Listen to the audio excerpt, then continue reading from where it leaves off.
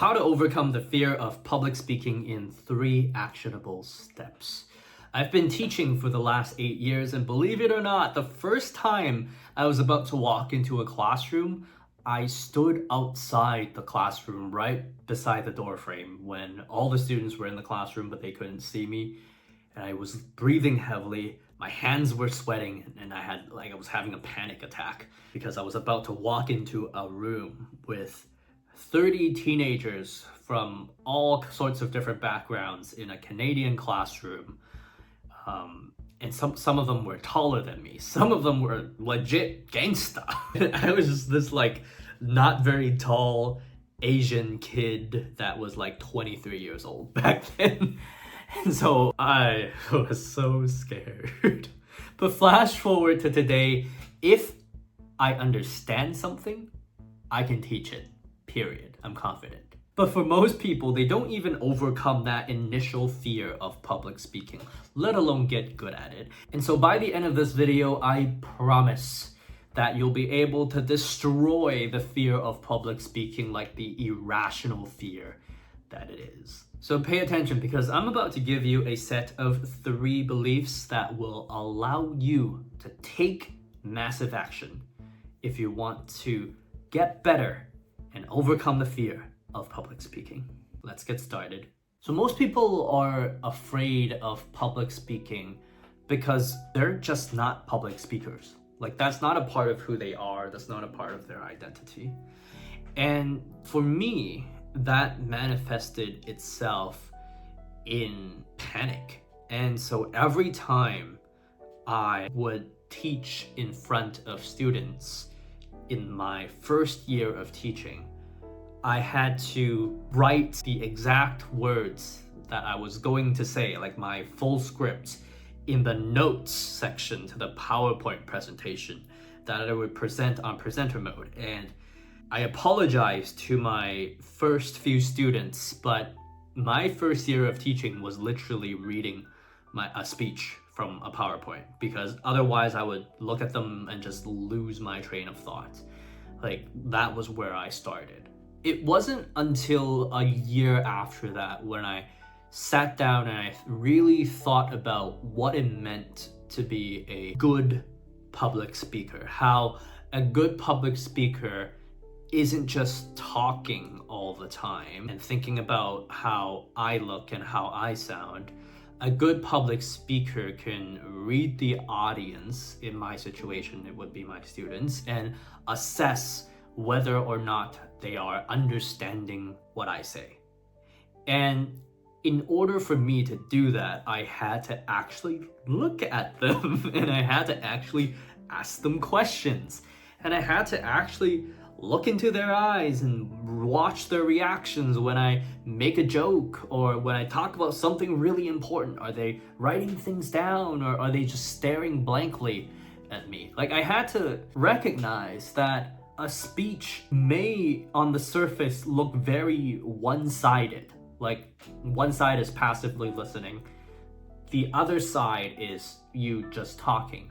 But in reality, the other side is receiving information, and you are giving information or ideas. And so both sides are active. One is actively listening and one is actively speaking. And if one side breaks down, communication isn't happening. And so I recognized that I needed an emotional state. I needed an identity that I could adopt in the classroom when I had to speak in front of 30 students publicly. And that's when it clicked. That's when me being in a classroom with students became the cue for me to turn on my teacher mode. I would speak more confidently. I would be able to make jokes, and I would be able to connect with the audience. But regularly, if I'm talking to a person one-on-one, or if I'm at a social gathering, or even talking on video right now, I feel like I'm a pretty meek person. A little awkward sometimes. But in front of the class, I am a teacher. I am a different me. There's a different confidence that turns on because of the emotional state I put myself in. And in the beginning, I had to do things like kind of hit my chest a little and be like, yeah, you can do this. I had to just go to the washroom and I would literally power pose, as ridiculous as that sounds. I don't need to do that anymore. But that was what I had to do in the beginning, just to get into the mood of someone that could speak publicly effectively. So I guess the first tip is think about the emotional state that you need to be in. Think about the things that you should be caring about if you were an effective public speaker. And create a cue for yourself to get into that state of being, which is going to be different depending on the kind of public speaking that you do. Okay, so you know now a little bit about state changes, but what if you're afraid of public speaking because you're just not good, right? You're not good at public speaking. And this also happened to me. When I was in university, I had to do a group project and it was a group presentation and we had to do well because it was an important class on auditing. And I was put in a group where the other 3 members all had work experience in accounting firms. They were all older than me and they were all like really well-versed people. And so I remember finalizing our speeches and our presentation content, and I was so nervous and so worried that I wouldn't be as good as them that I began practicing for 3 to 4 hours every single night in front of the mirror for a whole week until I memorized my whole speech, word for word, down to the intonation, down to where I would slow down and where I would speed up.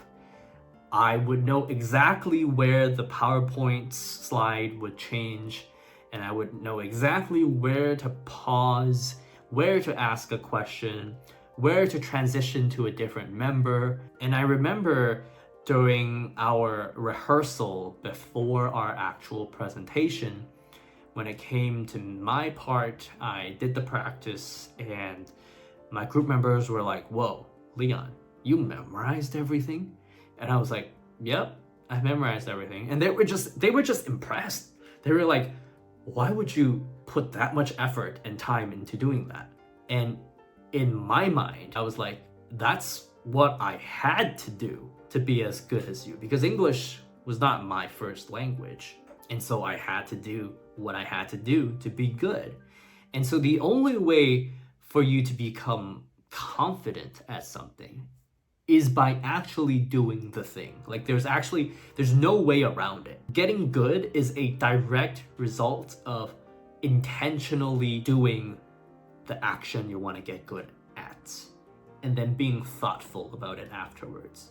If how I did that speech was how I did every single speech, I would be one heck of a public speaker by now. And if you practiced extensively for every speech that you did, one day you get so good that even if it was impromptu, as long as you know something about the topic, you'd be able to speak on it in a confident way.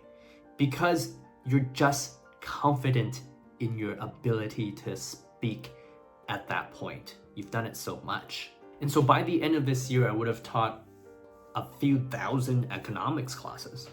And now when you just give me an economics topic that is in the syllabus, I know exactly what the students struggle with. I know exactly how I need to say something in order to help them understand. I know the examples I should use. I know the jokes I should make. I know where I should slow down and where I should speed up. But that doesn't come unless you've done the thing many times over and over again. My final tip for overcoming the fear of public speaking is something that no one really talks about. And I guess it's because it's not something you really think about unless you are in a service-based business or job. And so an audience-centered shift is a shift from focusing on your own ego to a shift on focusing on serving the audience. It's a shift from thinking about things like, how do I look the best in front of the audience? What should I say to have the best effects on the audience? What jokes should I give to be the most funny? What do I have to say to cover all the key points I want to communicate? You shift from this mindset to an audience-centered mindset where you're thinking about, what does the audience need? Where is the audience at in terms of their knowledge level, skill level, emotional and mental states? Can the audience take in information as fast as I've planned it? Right? And so instead of thinking about how I should be doing something, you're thinking about how the audience can best receive what you are about to give them. And so now you're in this mindset of how you can best serve the people that have committed attention to you. And that's what public speaking is. Public speaking isn't you going on trial where you're in front of an audience that's going to judge you. Public speaking is a privilege. It's an opportunity that I am ultimately grateful for, because I get the attention of the people in front of me. And if that means I don't finish all my key points, so be it. If that means I have to slow down, so be it. If that means I have to make fun of myself to crack a joke because I want to break the silence or break the boredom, so be it. Anything that I need to do to help the audience understand is something that I do. So when you place your focus on someone else, you stop thinking about how nervous you are, because it's not important compared to how you can do your best to truly help others. But hey, great public speakers are often great communicators as well. And that's a skill I've also worked on over the last 8 years. And so if you want to learn how you can communicate effectively one-on-one with people in 3 simple steps, go watch this video right here.